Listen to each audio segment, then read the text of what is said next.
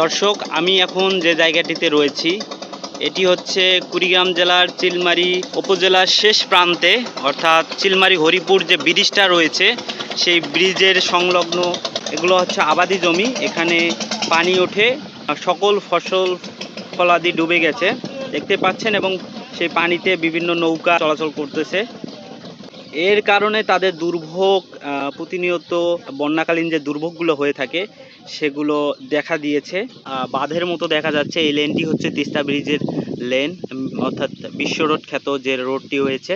দর্শক দেখতে পাচ্ছেন এই যে ব্রিজের পিলার বসানো হয়েছে, একদম পিলার থই থই পানি বাড়ার কারণে পিলার একদম ডুবে যাওয়ার মতো হয়ে গেছে। পানির তীব্রতা এতটাই ভয়ঙ্কর ছিল যেটি মানুষের জীবনযাত্রাকে বিপাকে ফেলেছে। আমরা একটু দেখানোর চেষ্টা করব। এই যে এখানে একটা টিউবওয়েল রয়েছে, সেটিও পানিতে ডুবে গেছে। বিগত এক সপ্তাহ ধরে বন্যার যে একটা খারাপ পরিস্থিতি ছিল সেটি এখন স্থিতিশীল রয়েছে এবং প্রতিনিয়তই পানির তীব্রতা কমতেছে। এটি হচ্ছে তিস্তার পানি, মূলত উজান থেকে নেমে আসা যে পানির ঢল, সেই পানির ঢলেই ভাটিতে এরকম বন্যাকালীন পরিস্থিতিতে এই অঞ্চলের অনেক লোকজন বিপাকে পড়েছে। তো আমি এক ভাইয়ের কাছে জানতে চাবো, তো ভাই আপনি এখানে কতদিন যাবত আপনাদের এই বন্যাকালীন যে এই পরিস্থিতি, আপনাদের সমস্যার মধ্যে যদি বলি সেটা হচ্ছে অনেক টিউবওয়েল তলিয়ে গেছে, তার পাশাপাশি বিভিন্ন গবাদি পশু, এবং আপনারা যে জীবনযাত্রার মান হয়ে গেছে, বিপাকে পড়ছেন আপনারা, সেই সম্পর্কে যদি কিছু বলতেন। আসলে আমাদের মূলত মেন সমস্যা যেটা হচ্ছে সেটা হচ্ছে যাতায়াত ব্যবস্থা। এখন বাজার সদাই করতে অনেক সমস্যা হয়।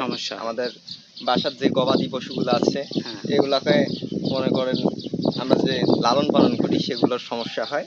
আমাদের আবার ওইখানে থাকতে হয়, কিছু জায়গায় আবার চোর আছে, এগুলো আছে, এগুলোর কারণে অনেক সমস্যা হয়। আরেকটি সমস্যা হচ্ছে ইদানিং আমরা যেটা শুনতেছি রাসেল ভাইপার, বন্যার কারণে আমাদের ঘর বাড়ি তলিয়ে যাওয়ার কারণে হয়তো এটার অনেক ভয়ে থাকতে হয়, রাসেল ভাইপারের ভয়ে। আমাদের আরও একটি সমস্যা, সেটা হচ্ছে বিশুদ্ধ পানি।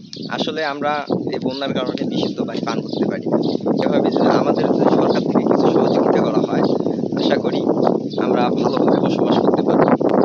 তো ভাইয়ের কাছে জানতে চাইলাম, এই অঞ্চলে মূলত পরিস্থিতি, মানুষ যে বিপাকে রয়েছে সেটির বর্তমান পরিস্থিতি, তার কীরকমভাবে জীবন যাপন করতেছে তার কিছু কথা, এবং এরই মধ্যে দিয়ে জানতে পারলাম যে এই অঞ্চলের মানুষের সমস্যাগুলো। হরিপুরের যে হাতির ব্রিজের ডিজাইনে আকৃতির যে ব্রিজটি হয়েছিল সেটি দর্শক দেখতেছেন, আমি একটু দেখানোর চেষ্টা করি। সেটি দেখতেছেন প্রায় পানি থই থই অবস্থা, এবং এর কারণে এই ব্রিজের কাজ আপাতত বন্ধ রয়েছে।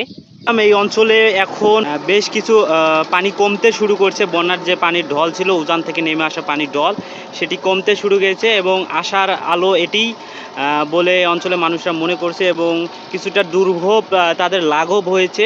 বিশেষ করে বিভিন্ন এলাকা, তলিয়ে যাওয়া এলাকা, সেগুলো ভাসতে দেখা গিয়েছে। দুর্ভোগ কিছুটা কমলেও তারা যে বন্যাকালীন যে দুর্ভোগে পড়ছে সেটি থেকে তারা উত্তরণ পাচ্ছে না, এবং তার জন্য বিভিন্ন সহযোগিতা সংস্থা এবং তাদের কাছ থেকে তারা বেশ করণের জন্য আশাবাদী। তো উত্তরবঙ্গের বন্যাকালীন যে পরিস্থিতি, এটি ছিল আমার কাছে সর্বশেষ। সে পর্যন্ত ভালো থাকবেন। আল্লাহ হাফেজ।